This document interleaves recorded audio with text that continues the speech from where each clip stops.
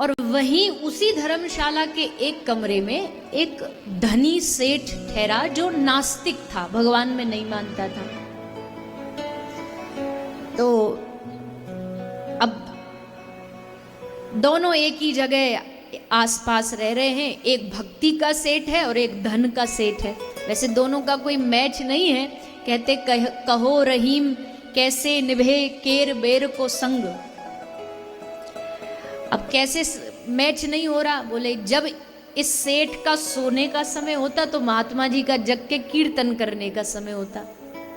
ये जब सोता तो महात्मा जी झांझ मजीरा लेके कीर्तन चालू कर देते। अब इसकी नींद खराब हो जाती तो नाराज हो गया। बड़े सवेरे संत जन करते सीताराम और इनकी सीताराम ने कर दी नींद हराम। बढ़िया हम चकाचक सोते थे पर ये देखो झांझ मजीरा बजाते। नाराज हो गए। महात्मा जी से क्या कर रहे हो तुम? बोले बेटा हम भगवान का नाम स्मरण कर रहे हैं, तुम्हें भी करना चाहिए, तुम्हें भी। बोले खबरदार मुझे बुलाते हो, कोई भगवान भगवान नहीं होता, ये सब मन की भ्रम है, मन की कल्पना है। महात्मा जी ने कहा नाना बेटा ऐसे नहीं बोलते, भगवान ने तुम्हें जीवन दिया, भोजन दिया, सांस वो दे रहा है, वायु वो दे रहा है। हुआ नहीं है और न होगा प्रभु सरीखा दानी, पापी धर्मी सबको देता अन्न पवन और पानी। ऐसा कोई दानी आज तक हुआ नहीं होगा, पापियों को भी देता है। तो ऐसा नहीं बोलते बेटा। बोला कहां कौन भोजन देता? अरे हम नहीं खाएंगे तो वो जबरदस्ती खिला देगा। महात्मा जी बोले हाँ खिला देगा। सेठ ने कहा अगर हम नहीं खाएं तो? ले अगर उसको खिलाना होगा तो तुझे मार मार के भी खिलाएगा और तुझे खाना पड़ेगा। बोले ठीक है। तो अगले 24 घंटे तुम्हारी और तुम्हारे भगवान की परीक्षा है। हम व्रत ले रहे हैं, हम कुछ खाएंगे नहीं। अगर तुम्हारे भगवान में हिम्मत है तो हमारे मुख में अन्न डाल के दिखाए तो हम भी मान जाएंगे। हम सब छोड़ छाड़ के आपके साथ भजन करेंगे और अगर वो नहीं खिला पाया तो तुम आज से झांझ मजीरा फिर साइड में धर देना। महात्मा जी बोले मंजूर है।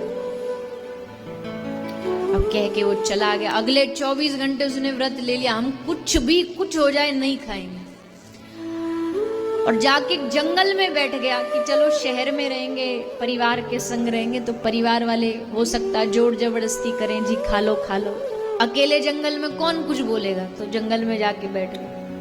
अब महात्मा जी मन ही मन भगवान से कह रहे हैं हे प्रभु इस नास्तिक पर कृपा कर दो।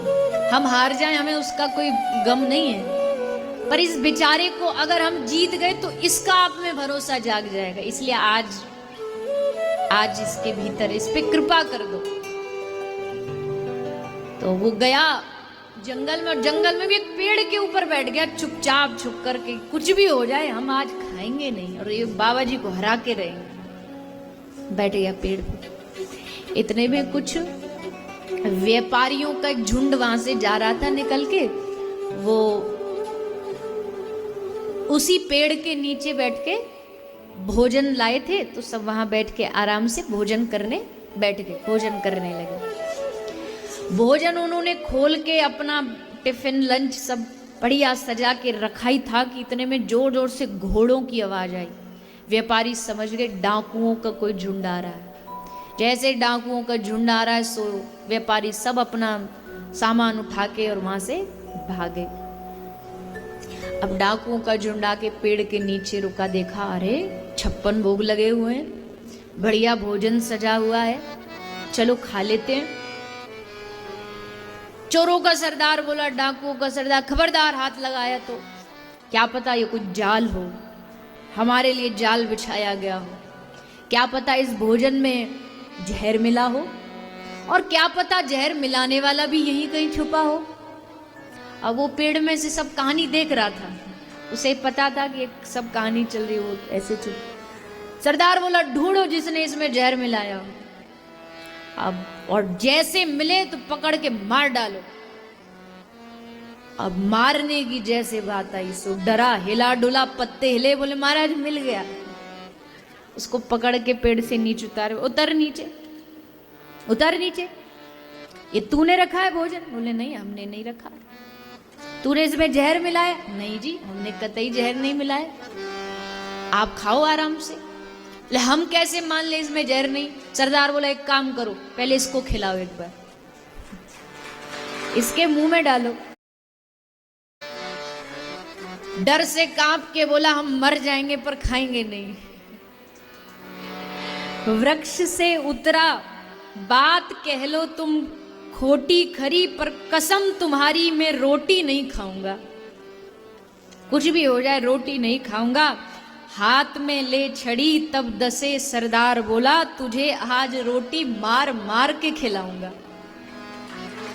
आज रोटी तो तुझको खानी पड़ेगी, तभी तो हम सब खा पाएंगे। पहले पता चले जबरदस्ती लेकर के, अब मरता क्या नहीं करता। महाराज शर्त वर्त बाद में देख लेंगे, गोली खाने से तो बचे, इससे बढ़िया रोटी खा लें। सो मुख में रोटी डाल दी गई। और ये कोई कहानी नहीं है, ये सच्ची घटना। वो आगे चल कर के बहुत बड़े संत बने, संत मलूकदास।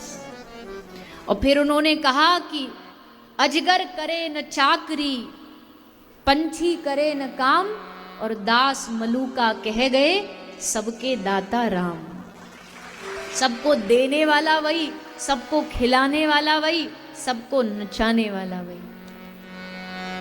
इसलिए भगवान की सत्ता को ना कभी शर्त मत करना, चैलेंज मत करना। वो जब जीतने पर आएगा ना तो मार मार के भी खिलाएगा। ये जो तर्क देने वाले लोग होते हैं ना, भगवान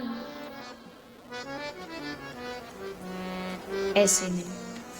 भगवान की सत्ता पर भरोसा करो।